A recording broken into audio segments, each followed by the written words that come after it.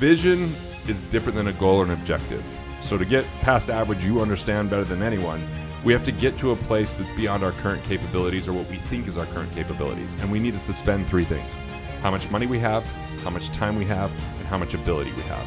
Because that's all stuff that we can collaborate with other people if we're clear enough about our vision. Vision is the rarest commodity in the world, and it drives all value, and dollars follow value. So if we can create a vision that's so compelling it would take our lifetime to accomplish it, we create a life we don't want to retire from.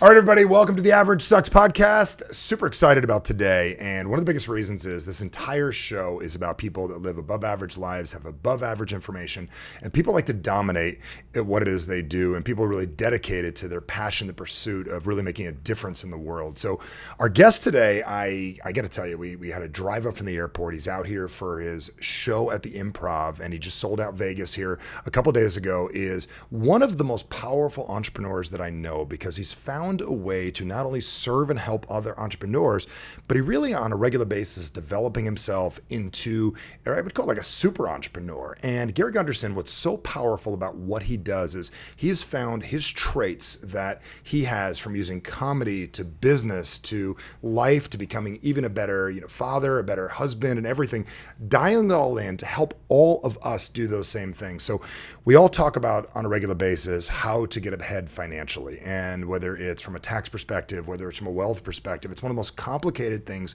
in the world. So why not use the power of language, the power of comedy, the power of understanding to show you exactly how to take your money, your wealth, and make your economics be where it is they're capable of being. So without that said, and a further said, Garrett Gunderson, super excited that you're here. And if we could only bring them to that conversation we had in the car, everybody's going to win today. So we welcome did capture to the show. Some of that, so who knows? We got it. So I think absolutely. that like average sucks, so we're above average height. Yep. Above average depth to our voice. Absolutely. Who's got a deeper voice? You definitely have a deeper voice. I'm just doing that. It's kind of like doing the extra push-up for the beach. You're taller I'm flexing and you have right a deeper now. Voice. All right. But I have more hair. I got to tell you, and you, my friend, at this point, have sold more copies of this New York Times bestseller, Killing Sacred Cows. And I got to tell you a story about this book real quick. And everybody's got to go find this and get it. I'm sure he'll show you how. If not, you can Amazon while you're watching this right now. And the good news, it's in stock. It was $125 for a while on Amazon because it was out of stock. So original OG version. Quick story about this. 2009 or 10, I get a Facebook message, literally from a guy I don't even know. I don't know how powerful your message is. This guy, somehow, before bots were existed, dude, get this book. And he had no idea he got a buyer that buys everything. I mean, it doesn't matter what infomercial I watch, I buy everything. And I got this, and in the middle of the night, I think I had to download the Kindle app. You might have been my first Kindle book that I ever had on an old iPad 1. And I downloaded the book, started reading it, and I said, holy shit, my parents misguided me when it comes to money, and everything I learned in school was wrong. And this book was a huge eye-opener for me. It took little concepts of Rich Dad Poor Dad and took them and it was absolutely incredible. So I got to tell you, this is amazing. I don't want to compare the two things, but when I did the audiobook of it, I waited a long time. I did it in 2018, and when I was reading it, I was like, damn, I can't believe I knew this stuff back then. I was impressed. So let me ask you this. What are you up to these days? What's going on? I know you're here for a comedy show, which I'm super excited about. I want to talk about the transition from business entrepreneur, changing people's lives financially, to comedy. I want to get there. Yeah. Okay, well, let's just start there. What makes somebody do that? How do you do that? How do you just go do that? It really started to happen in 2017 when I took a whole summer off and went to Italy. So that was a big deal for me because my wife's going to kill me if she watches this. She's wanting to go to Italy, so we have to go to Italy now. Okay. All right. All right, good. It's going to be expensive for you. Thank you. But you're going to love it. Edit that part out. Okay. Anyways, go ahead. So, I always wanted to go to Italy for an extended period of time. I'd taken my wife one time for a week. Definitely edit this part out. Yeah. Okay. And then, but it was hard for me to imagine doing a summer there because my great-grandfather came over from Italy because he couldn't put food on the table. Literally, not like how we figuratively say that. He literally wasn't making enough money. Came to the United States, became a goat herd, then eventually became a coal miner. So my grandfathers were coal miners. My dad was a coal miner. So to think about going to Italy for a summer was beyond where my mindset was at the time. Wow. And my level of like, am I worthy of that? Can I really do that? Even at your level of success, you were doubting yourself. I mean, because I was still addicted to work and I was still in the grind, even though like I had plenty of money, it was still this machine that I felt like I was an integral piece of it. But my CEO was like, let's figure this out when I said I want to do it. So I booked the villa. That's the key. Is because there's no backing out at that point in my mind. Right? Deposit down. Like I'm like, all right, we got the villa. And then we went to work on it. And the first 2.5 weeks I was there, our numbers were down in the business. There was less sales. I'm looking at the Slack channel. I'm going, maybe this was a mistake. I was also just like not sure what to do with myself because I had no schedule. It was just like, what do you want to do today? And it was like, there's no agenda. There's no. So it took me 2.5 weeks and getting really drunk one night, and then talking to my wife and being like, what concert should we go see before we're dead? And this is in Italy. In Italy, and Elton John happened to be performing in Italy. So I'm like, cool, we're definitely going to Elton John. And that night, everything changed because, one, my team started to figure out marketing without my involvement at all. The numbers started to change, and I was able to kind of relax, and we just started having a whole bunch of fun. And when I came back, it was like a renaissance for me. I realized like having a hobby, having some downtime was a burst of creativity. And right when I got back, I took my wife to a baseball game, which are boring at times, let's be honest. And so I'm telling jokes, and she's like, that's kind of funny. I was like, I heard that as your comedic you god. were funny at a baseball game. Yeah, and the fact that my wife said I was funny. Like, my wife still says that her friend Gelsey is the funniest person on the planet, and I'm a comedian. It's hurtful shit, man. You know what I'm saying? To this day, she says that? She does. All right, we're going to get her in next for an intervention work. But So, yeah. But she said I was kind of funny, and then I spoke at Keith Yackey's event, and he introduced me as effing hilarious. Okay. Like, days later. So I told some jokes, people laughed, and I called my buddy who's a comedian. I'm like, all right, I'm ready to do some comedy. Because as a kid, I always loved telling jokes because I could tell jokes without getting in trouble. Were you a class clown? Well, I wasn't really class clown because my mom would beat my ass if I were. Okay. But outside of the classroom, I was definitely, Okay. Playground. Playground, like clown. Appropriate time clown. Okay. So my uncles were Mormon, but they could swear and tell jokes, and it was like they didn't get in trouble. My other side was Catholic, and those uncles were wild, and I was like, this is amazing. This, like, my family laughed loud. They had fun, so I was like, that's awesome. But it wasn't until I made my wife laugh and then came back from Italy that I was like, you know what? I'm going to do this as a hobby. And so I booked an open mic, did good enough that my buddy's a comedian. He's like, you're going to open for me. Was this the show that you did that you sent me, the one with about your son? There was one that you have with there was I don't like want to in a round joke, in a round, in a round room, okay, got it. That was 2 years after my first open mic. Okay, so yeah, because that cracked, and that's the night I got discovered. Really? Yeah. That's talk to me about the process of getting discovered. I'd love to hear this. Yeah. So it's funny because I live in Utah. It's not like there's an epicenter of comedy in Utah. I mean, there's Wise Guys, which is a really cool club, and there's comedians that show up, but it's not like you're going, oh, you're a comedian. It's usually like, are you in New York or LA? That's what most people think. But that night, from Salt Lake, the guy that I was opening for was runner-up on Last Comic Standing, and the guy that produced the show happened to be there that night. And I got out and did 10 minutes, and he said from the time he shook my hand, he knew that I would do a special. He's really? Like, look, I'm 22 for 22 of figuring out like if someone's going to be good at this and get him a special. And so he's like, I could just tell from the time I met you. I was like, okay. So I went out, I had a good set. You saw that set. That was fantastic. My wife and I, we watched it that night because normally I cannot get her attention. When it's bedtime, she's ready, like kids, everything. Yeah. It's like, we're done. Everything's done. I'm out. We've been up late from events, and literally we stayed up watching the entire thing, and we're cracking up. She goes, he is good. So when I told her, I said, you're in town this weekend, she goes, babysitter, we got it. We'll be at the show. Love it. So yeah, that happened. And it took me like a year from that time to like develop because I had 20 minutes that I'd done. I think I'd maybe done 33 minutes at an event. But it's like to go from that to doing a special with like Emmy-winning producers and Emmy-winning video people. That was a bit of a leap. So it took me until November of 2020 to finally be like, I'm ready to write this. I'm ready to go and do this. Got it. So this is my question. Some insecurities along the way. Yeah, that's what I want to talk about. So there's people watching this right now. So you have mastered the art. Like if I would love you to give your backstory here real quick, because I'm going to ask you to do what I would call the more annoying thing. I'm not going to say, tell me about yourself. So I'm going to put this into perspective. How would the audience understand if you had like 90 seconds, 60 seconds to explain what you dedicated the 15, 20 prior years to financially, like teaching, what's in the books, what you've done, and then transitioning. I want to talk about the insecurity over to, because that's a big thing. A lot of people watching this have a business, but there's a business they're dreaming of doing.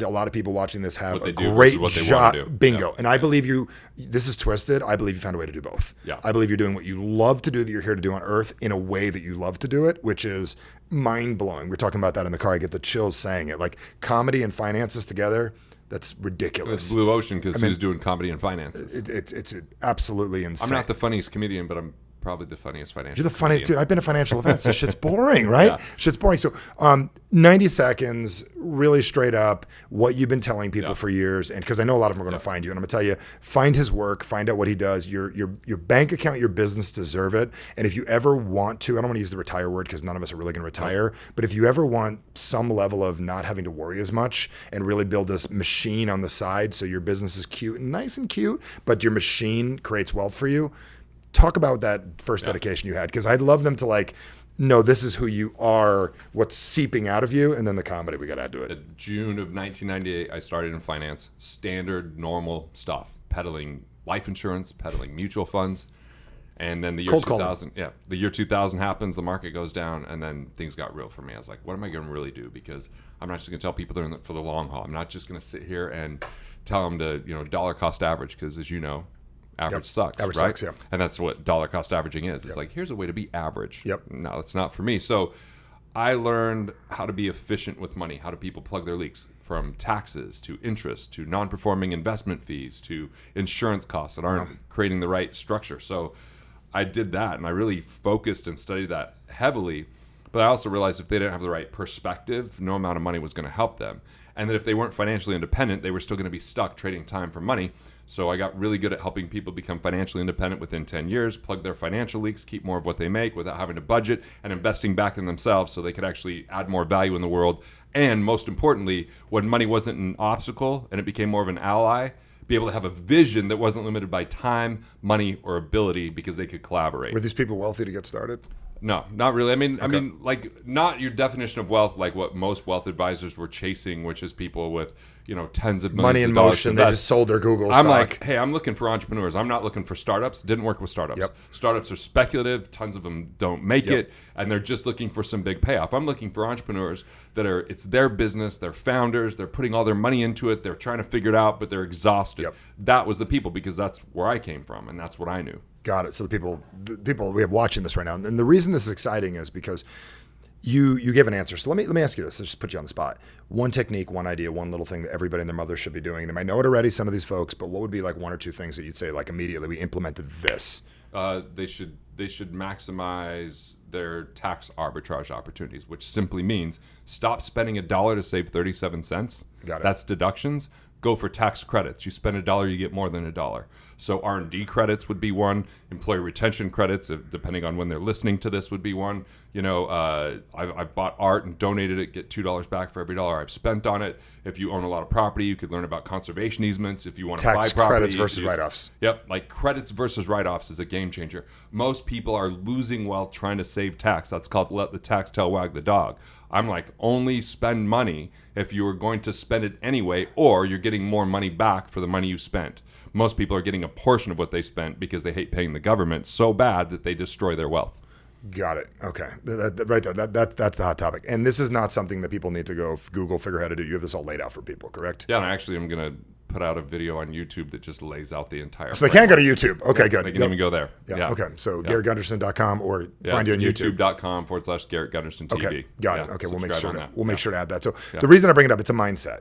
So you were teaching mindset. So secretly you were on the Money's the hook. Money's the hook because everybody wants more money. Right. But secretly you were changing people's minds. Right. And that's... You're like a money missionary. Well, I am from Utah. Yeah, money missionary from Utah. Yeah, I look like Utah Jesus. You are Utah Jesus. Yeah. I was gonna. If I got he a lot of lived people. Longer, yeah, that's where the gray hair came from. Absolutely, he would have been gray, dude. Think of all the stress he was under. Yeah, absolutely. He had a lot of things to do. We got to get rid of Lot lepers. of We got to stuff get going lepers. We on. got to do all kinds. They got to live up to My Moses. to-do list, I mean, there's less. a lot of stuff going on. Okay, so your hook's money. The mindset is what you're really teaching, what you're really thinking about, right? Mm-hmm. And getting people in the game with, and that really is what gets them to stay. And then your own working on your own mindset, strong, confident person when you get up there on stage, you're sharing this stuff. But you had this dream of being a comedian. Right. Talk to me about that, because it's frustrating sometimes when you could teach someone else how to do it, but you still weren't doing the thing. What was that transition like to really walk somebody from just doing this to this? Because I think what happened, if I'm not mistaken, they were two separate things for a minute. There was comedy. Yeah, Garrett? I might checker some jokes into a speech, but that's different because there's no danger in that and there's no uncertainty. Okay. Like you've seen me speak, I've seen you speak. If I'm going to speak on money, I'm good. Okay. Like I know what to say. It's like I look at money speeches like a really good jazz musician. Yep. You could put them in any band and they know what to do as long as they know the cadence, like is it a 4/4 timing or what is it? Are we in B flat? Like they're going to be able to sound like they've been playing with that band forever. 100%. And that's how I felt about finance. Fit me into any event if I talk about finance, which meant I was not excited about speaking at the same level of the uncertainty and the immediate feedback of comedy. Because you don't know. Every crowd's different. Every experience is different. I might say something I've never said before. I might have someone not react. I might have someone heckle me. Like all that kind of stuff is so exciting. And at the same time, when people laugh, they remember 3 times more. And when people laugh, they're not worried about the future or they're not ruminating in the past. They're simply present. And I think society and human beings are not present anymore because there's so much noise, there's so much confusion, there's so much complexity, there's so much division. And I feel like I have this secret elixir of how to create connection. Got it. So you're taking all your years of speaking. Years of speaking, so I have stage presence and comfort. Now we got comedy over here.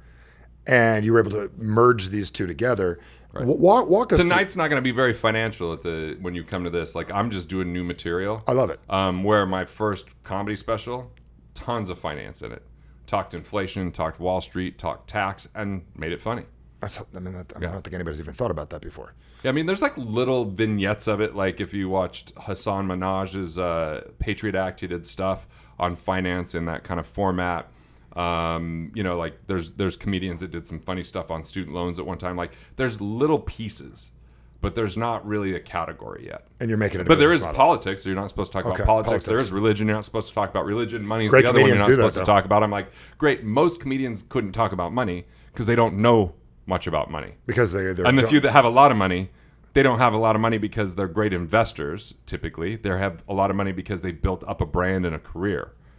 Like I wouldn't take investment advice from most of them because like, they got rich being a comedian. Yeah, it's like cool. You just fill up this stadium and people pay you. Oh, that's easy. And then they use your brand for commercials. It's like that's common. So walk me through this because this is going to help a lot of people, and this is an interesting direction. The transition period, going from, and I don't know how much you've thought about this before, but like really understanding the frustration. You teach mindset, and I even have this with things with myself. Like I have to then go do the work, and even though I teach it to someone, it may take me 3 weeks to get something. I could help them in a minute.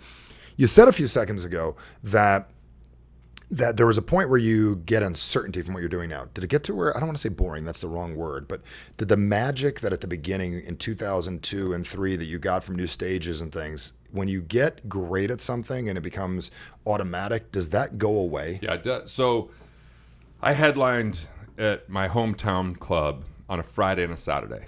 Okay. And on a Friday, I did my American Ream stand-up set, which I've done a lot. I rehearsed a lot. It's very much like setup and punchlines. And 15 minutes in, I got bored. And the your next own presentation, 45 minutes in my comedy, I was like bored because I said the word I don't know in the teens. Meaning, I don't know if I want to tell this joke, but I would say the word I don't know out loud. And so at the end of that day, it wasn't part of your skit. It's just that I was like, I don't want to tell that joke again. There's nothing that matters to me in that joke anymore. It's not fresh. So the next night, there was this woman, Tanya, that came, and she's a great coach, and she had done some work for me. And she came Friday, and I said, hey, would you want to come back on Saturday? Because it's going to be a different night. And what I did is I just tossed away all my jokes.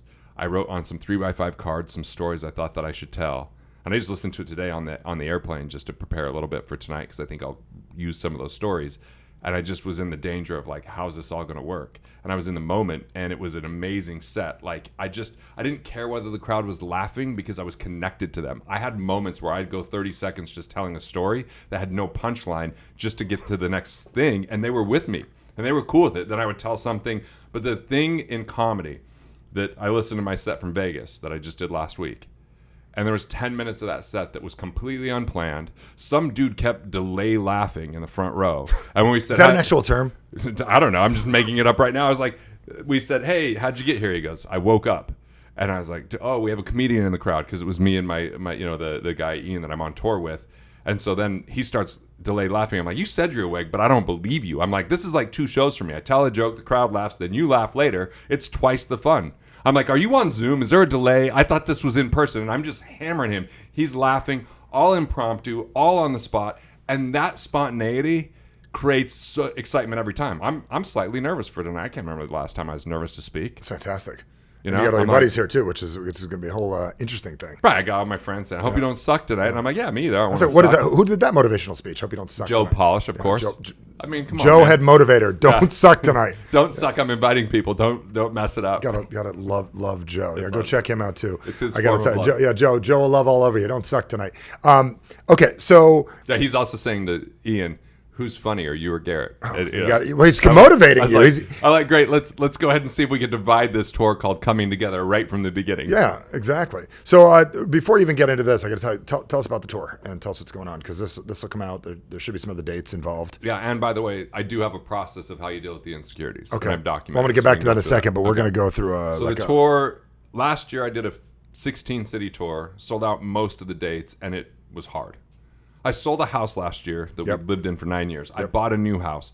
My best friend moved. I sold my business. I did a comedy special. Too much.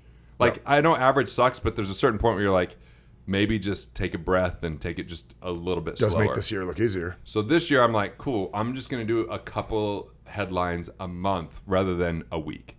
And what that does is give me some breathing room to write and to hang out with my family and to stay healthy, because I definitely gained some weight on the tour last year. Hotels and food. So we're just going to keep going 2, maybe 3 shows a month into perpetuity till I'm ready to film my special. And the special is called Life After Debt, DEBT. Interesting. On the Financial Line. Yeah. And Marty Callner's directing it. And Marty just did The Hall for Netflix. He won an Emmy with Seinfeld. He did Chris Rock's Kill the Messenger. George Carlin was his best man. He did the first ever MTV music video. Stuff. And we're just so connected. He loves it. And so he's the reason that my comedy special is going to come out this year. I'm excited about that. So, I'm super excited about that. I'm going to share that with everybody as well. So the reason I did the whole little shift in the loop here and right Garrett now. B. Gunderson, B as in boy, That's is where you can go to the site that has the comedy tour. Got it. I have GarrettGunderson.com. That's a general You got to website. put the B in the middle. Garrett B. Gunderson. Yeah. For Be Great. As Be Great, yeah. But just the letter B. Don't bitch, just show up. Just show up, and just don't suck, as Joe would say. Don't suck. Don't suck. Okay, so the reason I jumped over there real quick, I want to finish that thought. It seems like we're all over the place, but my people are used to jumping around.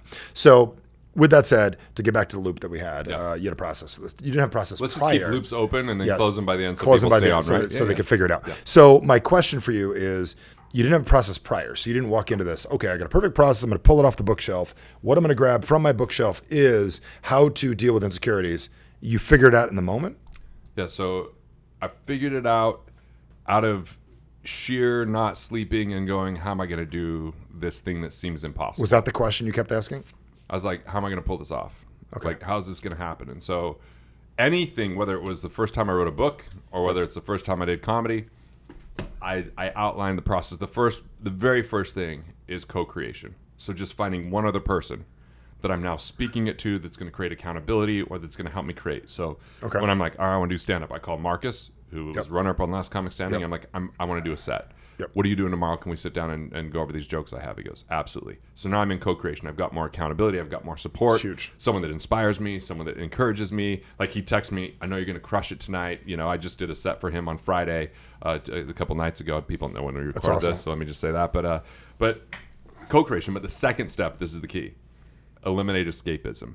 When we get to a place, or especially me, but this I think is a thing for humanity, where we're uncomfortable, escapisms start to take over. So escapisms can be as simple as getting caught up in a TV series or a movie character rather than our own reality. When we don't want to deal with reality, it's easy to tap out and just numb out with the news or social media or some other distraction, because then we don't know the price of a real relationship, especially the one with ourselves. So I have to look at my escapisms and go, what are these escapisms that I'm coming up against, Wow, and actually great address work. it. So the escapisms for me might be sports talk radio. I'm not even watching the games, but I'm listening to stupid sports talk radio for no reason other than I don't want to face this insecurity or this uncomfortable situation. So I have a co-creator. Now I'm looking at my escapisms. And the best thing I do for my escapisms is I start my morning ritual right away, starting with my 5-minute journal. What am I grateful for? What am I setting my intention for? Getting my productivity planner, and then making sure I'm picking up my guitar, just like something that's nourishing to my soul. Do a little bit of a workout, make coffee, have a sip of coffee with my wife, and then all of a sudden I've set up my day in a way that I started without numbness or escapism or avoiding who I am. I've found a way to increase my power. Yeah, that's powerful. That's like people do their cold shower in the morning. They wake their ass up. Right, This yeah. is way more comfortable, but powerful. Right. I love it. So you eliminate the escapism, and then it Yep. doesn't have a chance to enter into your body. Right, and Right if after that that. escapism is more than I can handle, Yep. then it's about conversations with people that are either my peer or a mentor, so I don't suffer that alone. And then I'm going to get out of that About faster. the escapism? About I'm facing an insecurity, I'm struggling, Got I it. don't want to deal with this, I'm concerned. And most people are afraid to admit those things because they think it makes them look weak when we're vulnerable, but it's actually the access point to getting past that insecurity. That's what you're working on. So it's like, and I don't care if that's assisted with therapy or whether it's a conversation with someone that you respect or whatever it is. But what I find is that moves me out of it so fast. And now I'm back into the third step, which is any excuse that comes up, it's time to delegate all that completely off my plate. So Give me a couple examples of those. all right. So, I'll give you stupid examples. I'll give you the more profound, subtle examples. Either one. Like, there's a lot of people that go like, oh yeah, I'm going to do that, but I was committed to clean the garage, so I got to clean out the garage. So it's like they don't really need to do that, but it becomes that like thing Yep. that's their excuse. Or they're Yep. like, oh, you know what I need to do? I haven't returned this phone call. I got to check email, or it's all the busy work that comes into our life. And I'm talking about permanently deleting some of this stuff. Got So like I don't have email. I mean, I have like one private email that if people email me and they're like, hey, you never responded to that, I'm like, well, I'm a texter because I could get back to that quick, and I don't have anyone's agenda to tell me what to do. Wow. Every other email goes to someone on my team, and I don't respond to it. Okay. So that was just a way because I powerful. noticed that if I didn't delegate that, it was an easy way not to write. It was an easy way not to perform. And then when I'm in delegation, I'm also looking at that co-creation at the next level. So I'm going, all right, I need to rehearse, but I want to rehearse on my terms. So when I did November 15th of 2020, start writing the comedy special, film it April 15th of 2021, that's a short period of time. I don't want to go to comedy clubs and do a 3-minute open mic. So I set up 5 Zooms a week. Zoom comedy is harder than live comedy because of the delay. The delay, yeah. And if I could be good at Zoom comedy, I could be good on stage. So 5 to 6 every day, I'm doing that. So I had to delegate anything that I would normally do from 5 to 6. So delegation becomes this thing that removes our excuses when we face that escapism. And then the final step is whatever vision we have, I still feel like we'll be limited based upon our capabilities. So then I look at collaboration where I leverage the capabilities of people that in the areas that I'm not adequate are extraordinary. So that would be Marty telling me, hey, look, I'll consult you on your project. And what I want you to do is figure out your happy accidents on stage. Don't let cameras bother you, and don't let slip-ups bother you. That will be the magic that we capture that becomes the best part of the special. The slip-ups. Right. And then he's like, and That's good I don't coaching. like the venue that you chose. We're going to have a venue scout find a better venue that has a balcony and better shots. And we're bringing in these 8 camera guys. And this guy, Simon, that was won an Emmy for lighting on Dancing with the Stars, and Tom Lenz that did Chappelle's setup. I'm like, okay, this is much bigger than where I was at in collaboration because I'm leveraging the best skills in the world to elevate me. But if I didn't deal with my escapism, no chance I'm having that conversation. Got it. If I'm Because you're not so busy delegating, watching a show on Netflix. no chance I have time to do those things. This is huge. So it's co-create. One other person supports and inspires you. Yep. Someone that brings accountability to move out of scarcity into creation. Eliminate your escapisms. Escapism sometimes are where people are hiding from their problems or running from their problems. Hiding is playing not to lose. Running is playing to win. If you create the game before you begin, you've already won. So that's the key, is to win before, because you're not playing someone else's game. You define your own rules up front, and then you've already won from day one. And the work is the win. You're not looking for just an outcome. The process becomes the enjoyment. I'm not going, oh, I just crushed on stage, that'll be good for the special. I'm going, I crushed on stage and that was a fun night. I'm going to enjoy that night because that's part of the process. It's not just, And when we start to focus on the tasks instead of just the outcomes and master the tasks and find a romantic nature in those tasks, the outcomes become secondary and a byproduct of who we are as human beings. And so those escapisms were tough because I had a shit set the night before. I had this idea. I think I heard Bill Burr say, I love Bill Burr. He's amazing. And so he's like, have a really good rehearsal the night before, like, so that you just feel good before you film your special. Well, I had a rehearsal of only Zoom people, all my friends who couldn't fly in, and half of them are on mute or they're going off their camera, and I'm just like in my head and I'm tired, and it was just terrible. Because what I learned is in comedy, if I'm having a thought in my head that I'm not speaking out loud, it's never funny. You get to hear the first thing I think, and if I don't give you the first thing I think, it destroys the enjoyment of the moment and it destroys the funny. So I was in my head the whole time. And at the end, Sally Hogg said, I see you have her book back there. She goes, hey, this is really extraordinary and it takes a lot of courage, and just tell us about your process. And for 10 minutes, I talk about the process, and my manager, Barry, goes, who was that guy the last 10 minutes? That was who needs to show up tomorrow. He goes, there was something different before that. And I said, oh yeah, I was really present and I wasn't in my head. He goes, all right, figure it out. So the next morning, I was like, every thought I have, the audience will hear. And I was on stage for 4 hours. I'd never done more than a 33-minute set, and now I'm on stage for 4 hours. And at one point, I go, I'm tired in my head. So I just stopped, had a drink of water.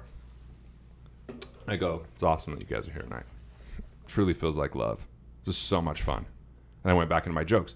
My son You couldn't yawned. even have scripted that. Yeah, my son yawned. I'm like, oh my God, my son just yawned. How great is it that I'm filming a special and I can't even keep his, he's yawning. And then I'm like, oh God, my aunt's here. Remember when I peed the bed at your house because I was worried about World War III? And what happened was everyone felt connected, and I wasn't having a separate conversation. Yep. So that's the work that comes with, dealing with escapisms and insecurities, and then just being willing to be present. 100%. What I love about this idea is a couple seconds ago what you just did. I watched you come alive right here, and I watched you talk about what you're passionate about.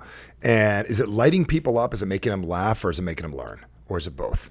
It's a little bit of both, but I will say I'm really working to just enjoy myself. And if people want to come along for the ride, that's cool too. So you secretly want people to enjoy their lives? Look, man, Not secretly, but outwardly. I did Carson Wealth Group last week. Yep. And there were a few jokes that didn't land. And I was so comfortable in those moments. And I said, are you guys not laughing because you feel like you're a bad person if you laugh at that joke? I know you're all Midwestern people. I said, but it's cool. It's cool. You don't have to laugh for me and enjoy myself. And I just had a conversation with them. And by the end, they were all enjoying the hell out of it. And we had these great conversations afterwards. But yeah, I think that there's this part of the brain, the frontal lobe, that's Broca. And if you can break through Broca is like, well, what's this like? What do I already know? How do I compare this? If I can get past comparison, I can get to the reality of where they can truly feel connected and learn something.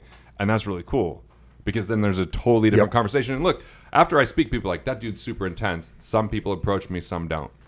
You approach me because it's never intense for you. But after comedy, I get 10 times the number of conversations. So you're saying more people are comfortable listening to you. You found you're using comedy as no different than if I use the skills that I've learned over the years. I'm not going to take the time to get into right now, but people watching understand my background with communication.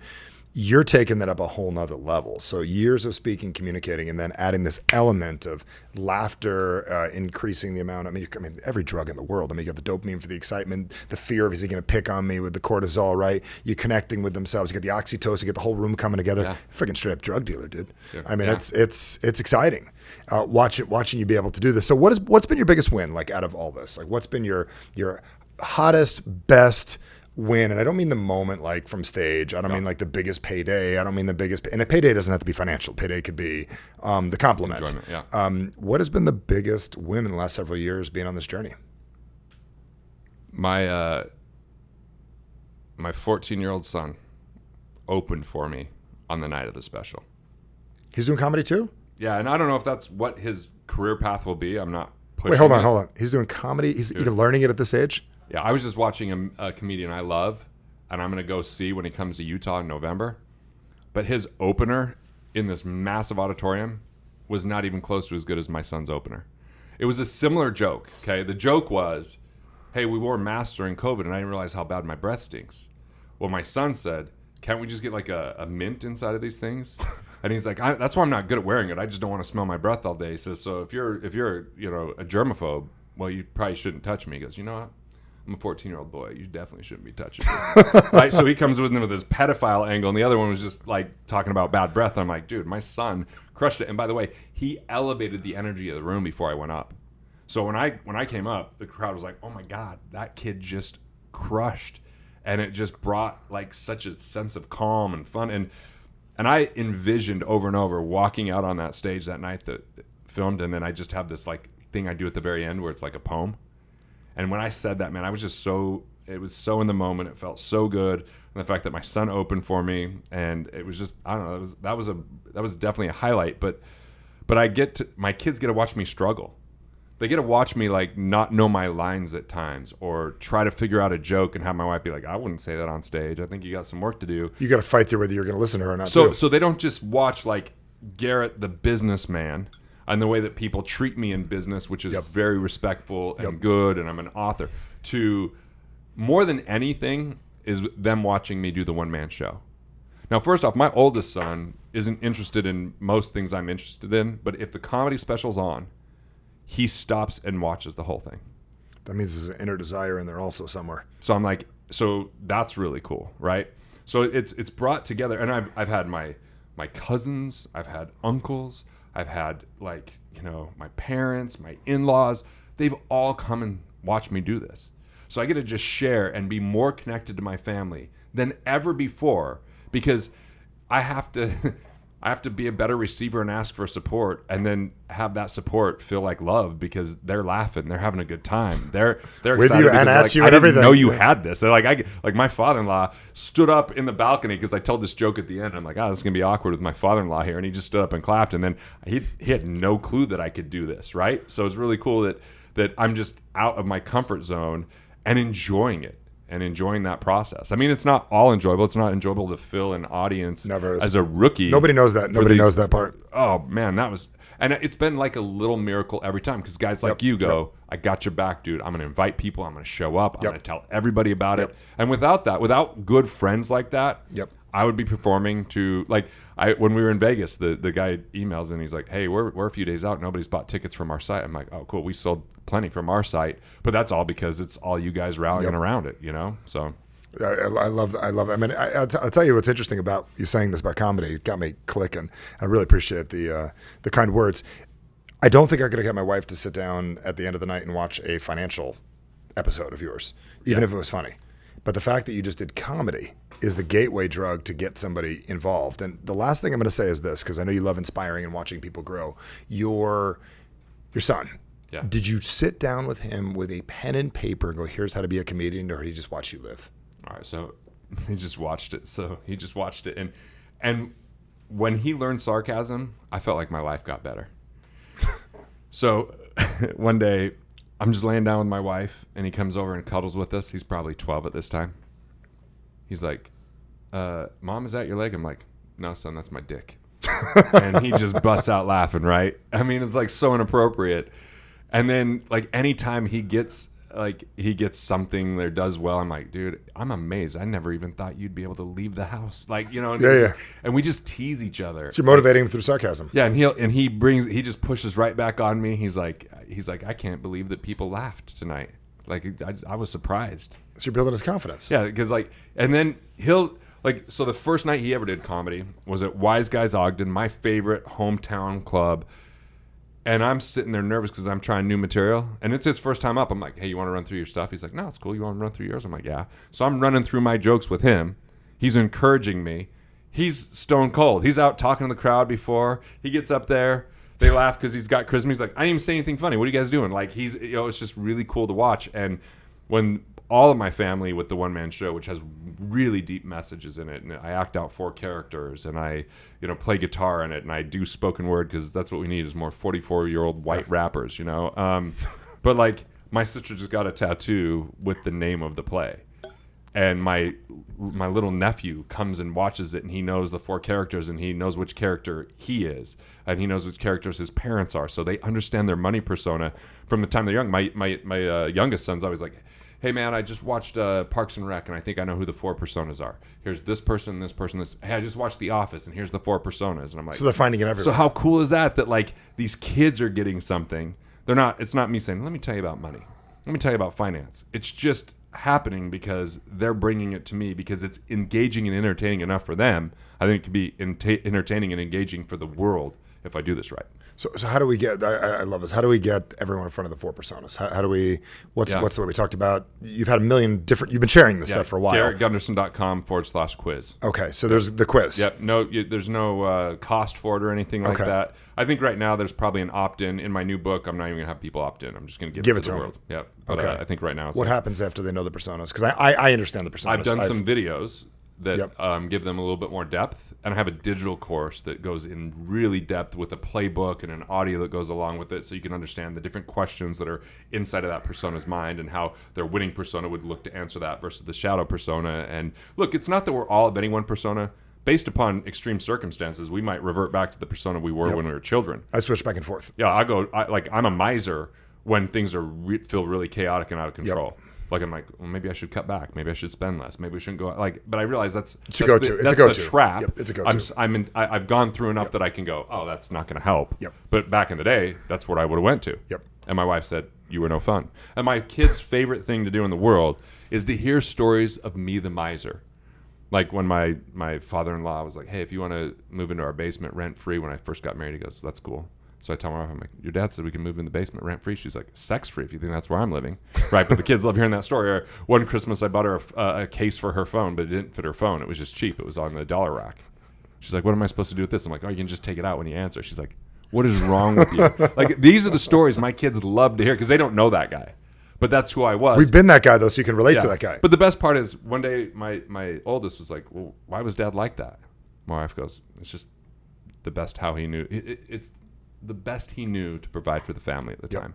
There's an old version of you. I was like, oh, God, that's so helpful and healing because I was still judging myself for it. Really? Up to that point?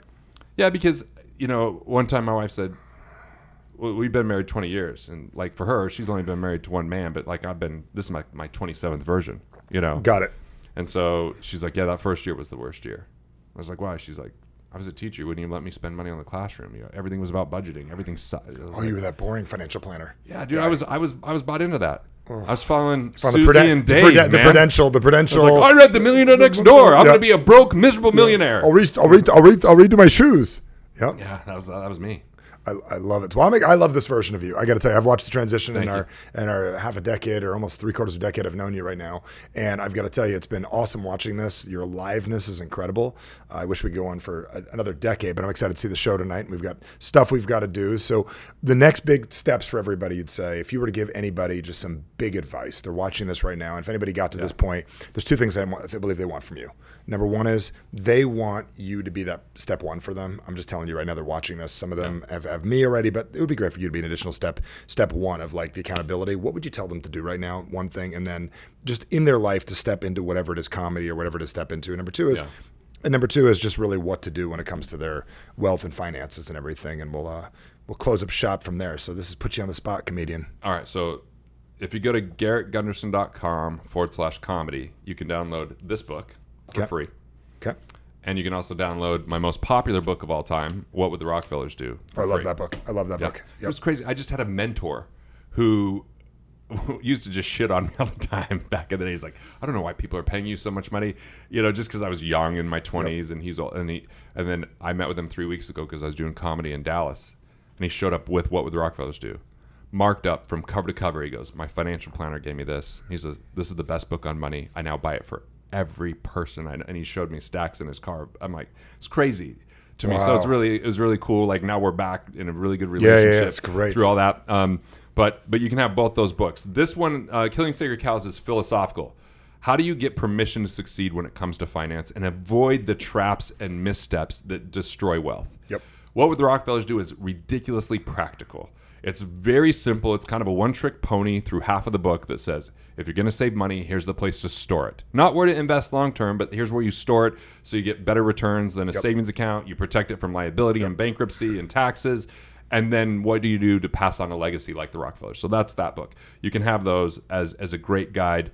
My company I sold, Wealth Factory, has actually grown substantially since I sold it because you got away from it. Because I got away from it. I was treating it too boutique. So there's great resources there. You can go to wealthfactory.com/private if you want to build a financial team, yet you don't have a huge amount of money. If you're worth hundreds of millions of dollars, Wealth Factory is not for you. Yep. If you are earning decent money, but you don't know how to keep more of what you make, they've got a brilliant great team. programs. Still running events and stuff? They aren't running events as often, but I am actually running an event coming up. Okay. This one's for people worth, it doesn't matter how much you're worth, but it's tax strategies for people that make at least $650,000 of taxable income. Got it. But can't be W-2 because there's not a lot I can do for you. But business owners making $650,000 and up, they can just email me, Garrett, Garrett at freeflow.group, and you know that doesn't go to me. Nope. We all because figured you delegate. Garrett You've already told everyone. Garrett at freeflow.group, not .group.com. I know this is confusing for some of the old school people. Garrett at freeflow.group. Wow, .group. I don't know. He probably knows about .groups. Yeah, dot groups. So for Garrett, and then you can ask about that, and we can get you some information. But that's like we're doing tax arbitrage all day long. I'll tell some jokes. We're going to do a comedy show that night, but we're just going to put a lot of money in people's pockets. I love it. Last person that I talked to one-on-one saved him $1 million in the first 10 minutes. So that's not That'll bad. make him smile, make him laugh to listen to your jokes better. But I'll leave with this: vision is different than a goal or an objective. So to get past average, you understand better than anyone, we have to get to a place that's beyond our current capabilities or what we think is our current capabilities. And we need to suspend three things: how much money we have, how much time we have, and how much ability we have. Because that's all stuff that we can collaborate with other people if we're clear enough about our vision. Vision is the rarest commodity in the world, and it drives all value, and dollars follow value. So if we can create a vision that's so compelling it would take our lifetime to accomplish it, we create a life we don't want to retire from. And we create a win because our vision is our win that we live into. So look to collaborate, look to co-create, eliminate your escapism, delegate along the way so that you have more capacity, and do something that's a bit uncertain. I love it. And I got to tell you the example. This is so cool watching this because watching you do this inspires me. It takes a lot to, I get inspired by lots of things, but just watching you live, watching this transition really inspires me. There's all kinds of things that I'm working on. I'm going to apply what it is you're sharing, and I picked up some great stuff today. My biggest excitement thing that I got out today was the recalibrating something that I believe about the way that we live affects the people around us.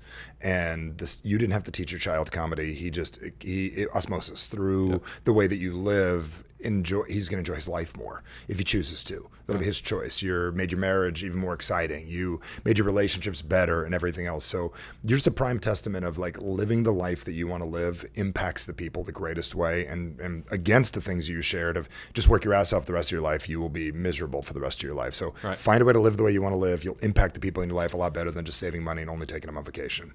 Hard work and the wrong philosophy equals misery.